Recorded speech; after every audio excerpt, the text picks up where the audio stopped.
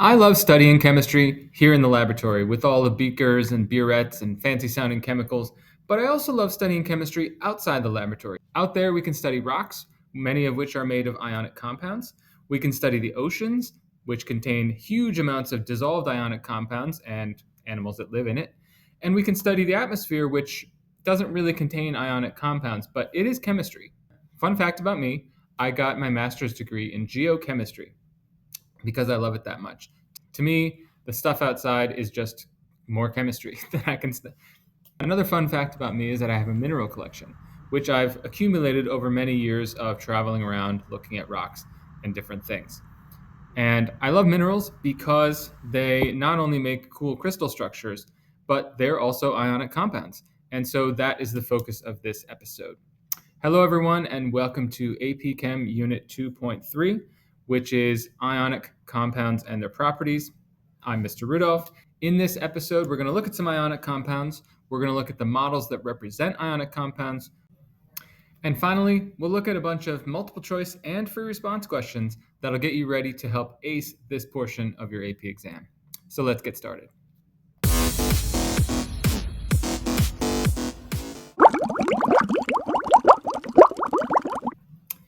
Section 2.3 of the AP Chemistry curriculum only has one essential knowledge statement, so let's read it.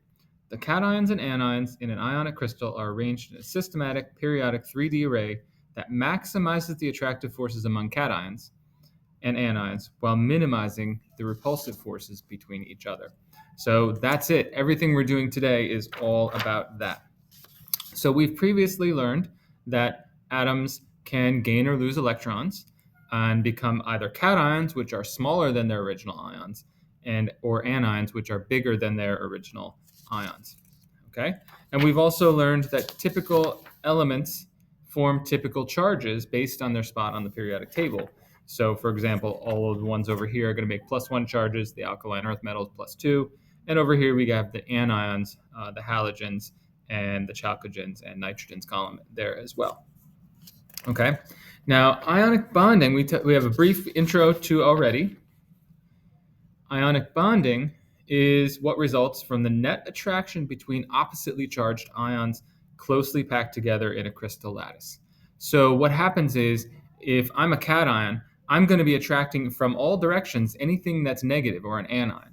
And so you get a cation, which is attracted to an anion, attracted to another cation, and an anion, and a cation, and it just keeps going and going and going, maximizing the attractive force between the oppositely charged things. They'll stack together, and then, like for example, an anion will be between two cations, minimizing their repulsion. So you just get the repeating pattern, one after the other, cation, anion, cation, anion.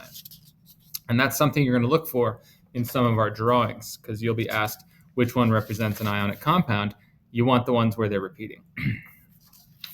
Okay, a couple of quick properties of ionic compounds. Just to summarize, we're going to do some more solids in Unit 3. 2D, ionic compounds have high melting points because of all those attractions. It needs a lot of energy to melt them. They're brittle and conduct electricity only when molten or in solution. Okay, the ions in a solid ionic compound can't move around, so they can't conduct electricity. I have a photo of a crystal of sodium chloride being split or cleaved into these really nice straight faces. And we're going to be asked questions about why ionic compounds do that. And we got some pictures to show of that. Okay. Now let's talk about a couple of types of ionic compounds. One is a binary ionic compound, which only contains two monatomic ions that arrange themselves in a systematic way to maximize the attraction between opposite charges and minimize the repulsion between like charges. I just wanted to say that again for repetition. Note, the cation will most likely be the smaller of the two ions. Okay, you're going to be asked questions about this, and I'll show you one of them, where you'll be asked to point out which one of those dots or balls or models is the cation. And many people get it wrong by pointing out that it's the bigger one, when in fact it's going to be the smaller one, because remember, cations have lost electrons and they get smaller when they do so. This is a model that represents sodium chloride, and it's from like 1904, and it's kind of beat up, and no, I'm not that old. But you get a sense that this model is trying to tell us that the cations and anions are stacking in these little cubic structures that look a lot like a square, right? And this is actually a crystal of sodium chloride that I have as part of my collection. And while it's not perfectly square, you should be able to see that this thing has right angles on it that are 90 degrees. And that is typical of sodium chloride, including the ones in your kitchen, in your salt shaker. And what I love about geology and studying geology and the chemistry of those rocks and minerals is that you can really get a sense of what the ions are doing and how they're stacking by looking at their crystals, because it's very often just a gigantic version of something like this. Ionic compounds can also include polyatomic ions, which are groups of atoms that are covalently bonded and also carry an overall charge. In those cases, the metal ion is at one of the lattice points, and then between the metal ions are these little covalently bonded groups of atoms that are the polyatomic ions. And so one of these types of compounds is actually going to have both ionic and covalent bonding in it. Ionic between the ions, and then covalent within the polyatomic ions. So keep your eye out for those. This is my model that represents calcium carbonate. And yeah, it's a little old, and years of hard living have made it lose some of its little oxygens here. But as you look at it, you should be able to see that there's these that represent the calciums, the cations, and these that represent a polyatomic ion, carbonate, carbon and 3 oxygens around it. And you can see that they stack together in a slightly different way than sodium chloride. It kind of looks like a box, but it's not perfectly cubic. It's like a box that somebody sat on, and like that. And what's really cool is that here's a crystal of calcite. And you can see as you compare it that the actual physical calcite, CaCO3, has similar bond angles, or similar face angles, to the actual model that is representing it, which is kind of cool. Another fun fact, pure calcium carbonate is white or colorless. This one happens to be green because it might contain iron or copper or barium or some other impurity in there that makes it green. Now that we've taken a look at some of the basic properties of ionic compounds, let's look at some of the questions that you're likely to see. Ionic compound questions appear on pretty much every AP exam. And the nice thing is that they kind of fall into a few kind of known categories. So let's look at those categories. The first is involving a particulate model. You're going to see these a lot for ionic compounds because that's what really sets them apart, their crystal structure. So which of the following diagrams, which represents the structure of solid KF? Okay, so what you're looking for here, remember that ionic solids have alternating cations and anions. They can't be next to each other. So I'm going to immediately throw out this one because I've got cations and anions that are next to each other, and that's fine. These, that looks more of like a gas phase situation over there, so let's not go there. And this one, although they're alternating on the vertical axis, they're not alternating on the horizontal axis, and that's a problem. And so ionic compounds can't do that because all those negatives are going to repel, positives are going to repel each other, and they're going to fly apart. The only one where it has alternating cation anion in both directions is number 2. And so that would be our answer, number 2, only on that. Okay, so we have different what we call lattice points in there with a cation and an anion. We're talking about simple ionic compounds for the AP exam, not really complex ones like some minerals that are out there that have like several kinds of cations, several kinds of anions, and all that stuff. We're keeping it, 2 ions. What's the best description of the species found at the lattice points of the mineral calcite CaCO3? Write this down if you need to. For the ones that we need to know, there are going to be 2 ions only. Okay, there's going to be the cation, there's going to be the anion. Now, those 2 things might not be monatomic, so there might be 3 or more elements in your compound, but you're really going to look for 2 ions, the metal and whatever's left, that polyatomic group, if it is one. So they'll throw a bunch of options out at us that look pretty impressive, like calcium and carbon and oxygen, and we got atoms and ions and molecules and things. I want to laser focus in on the one that has a metal ion or a cation and the rest, carbonate ions. So we're not looking for multiple ions, look for 2 ions. I'm going to challenge you a little bit on the next one. That one comes out to be B. Okay. And this is one that I made up in a similar fashion. What is the best description of the species found at the lattice points of ammonium nitrate? So ammonium, you're not going to find it on the periodic table. It is not a metal. So take a look at that formula and see if you can notice the 2 ions that are in there. All right. And if you correctly chose A, this one also has 2 ions, but they're incorrect. Ammonium is a polyatomic ion, probably on your chart, and nitrate is also a polyatomic ion, and that's right there in the name. So nice. Okay, let's do another couple of similar ones. You'll see a lot of particle model diagrams to show that it's an ionic compound. Which of the following correctly indicates whether the compound shown above conducts electricity and explains why or why not? Remember, ionic compounds can conduct electricity, but only in a particular case. And in this case, does it conduct electricity because it contains positive and negative ions? It does not conduct electricity because its ions cannot move freely. It conducts electricity because it's made of particles of different sizes.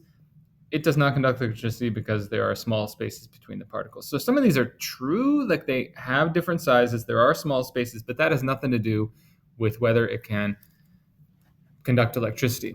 If you recall, ionic compounds can conduct electricity only in the liquid phase, right? When their ions are able to move around. We had that in one of our previous slides. So it has to be molten in order to conduct electricity, and so therefore it does not conduct electricity in this form.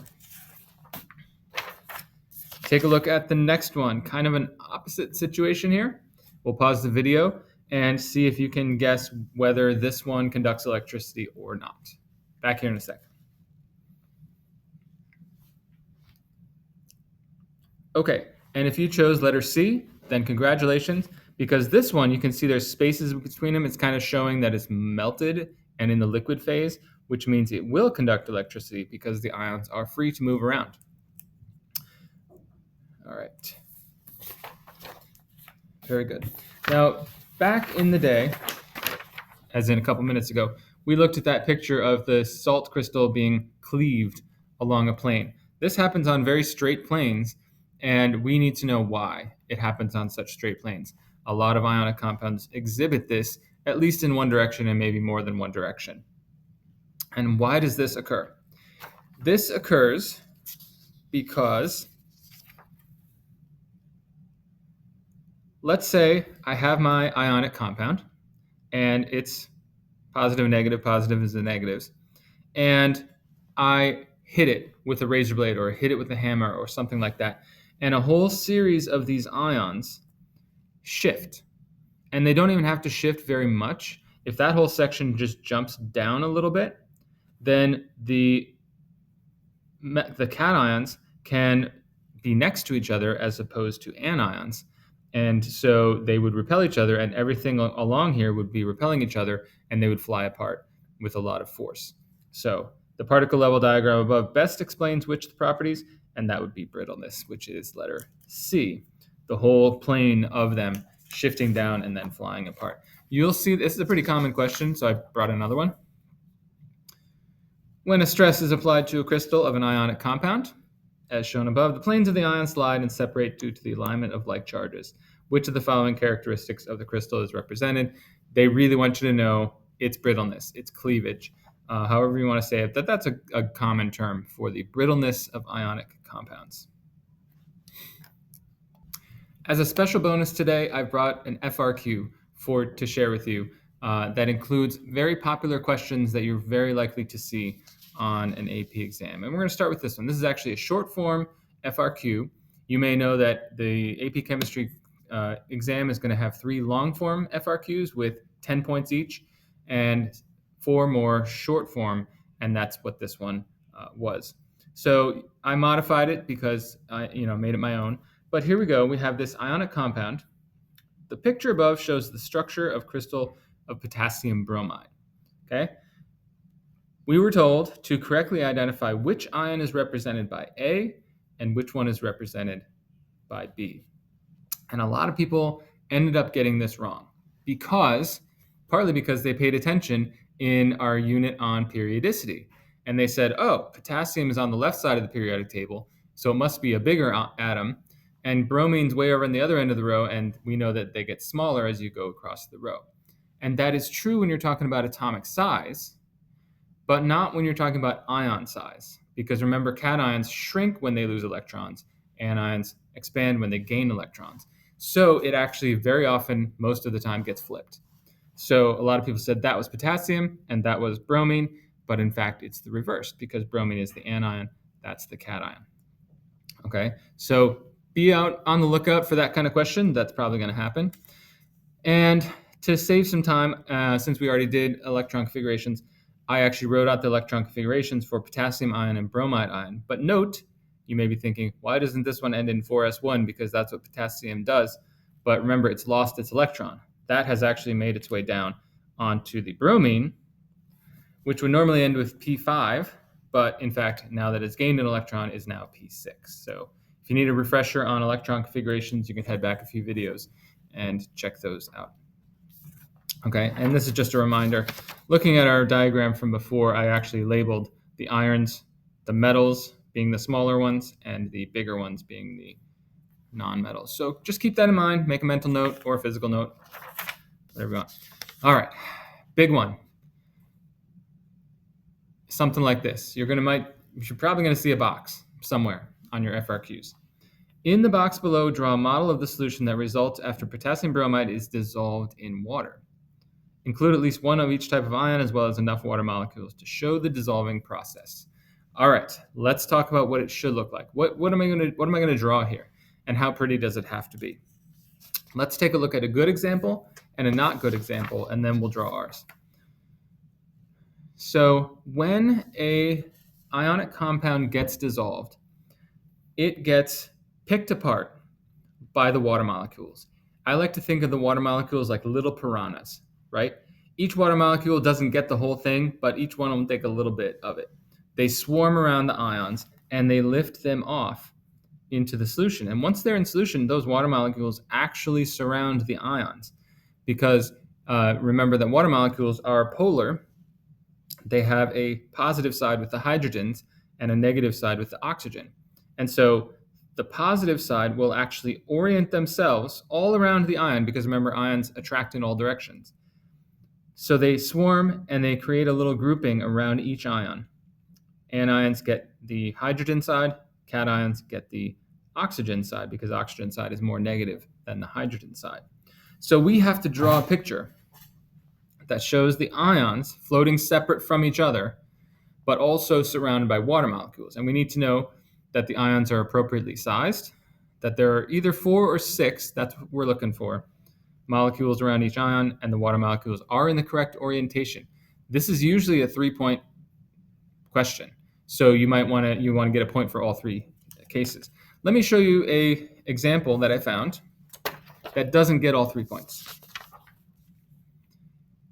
Here's a drawing of some sodium chloride dissolving. Okay, and take a look at the drawings that are there and the overall drawing that is there. Can you find the one reason that you would lose a point on this drawing if you did it? Take a moment and see if you can find it. All right, and if you correctly noticed that the sodium and the chloride ions were the same size in this model, then that was a good, keen observation. The sodiums are going to be smaller, the chlorines are going to be bigger. And so a better drawing would actually have, just like this one that we just saw, the chloride ions being larger than the sodium ions. So make sure to draw your cations smaller than the anions. So again, here's our original prompt. Let's draw a model of potassium bromide in water. And I'll show you mine, and I'll give you a chance to draw yours. In the box below, draw a model of the solution that results after this. Okay, got it. Here's potassium, here's bromide. I made the potassium smaller than the bromine. You should do the same. All right, I drew one of each. That's great. I don't want to just do a potassium and not a bromine, or 2 potassiums and 1 bromine, because that wouldn't add up to the charge to be 0. And then look at my water molecules. They're not super pretty. They don't have to be. They just have to be clear enough so that your reader can know that, oh, these are the oxygens pointing in toward the potassium. these are the hydrogens pointing in toward the bromide. So hydrogens toward the anion, oxygens toward the cation. Your turn. In the box below, draw a model of barium iodide. So this one has one barium and two iodines. Draw one unit and include those water molecules. Take a moment, sketch it, and come back here in a second or two.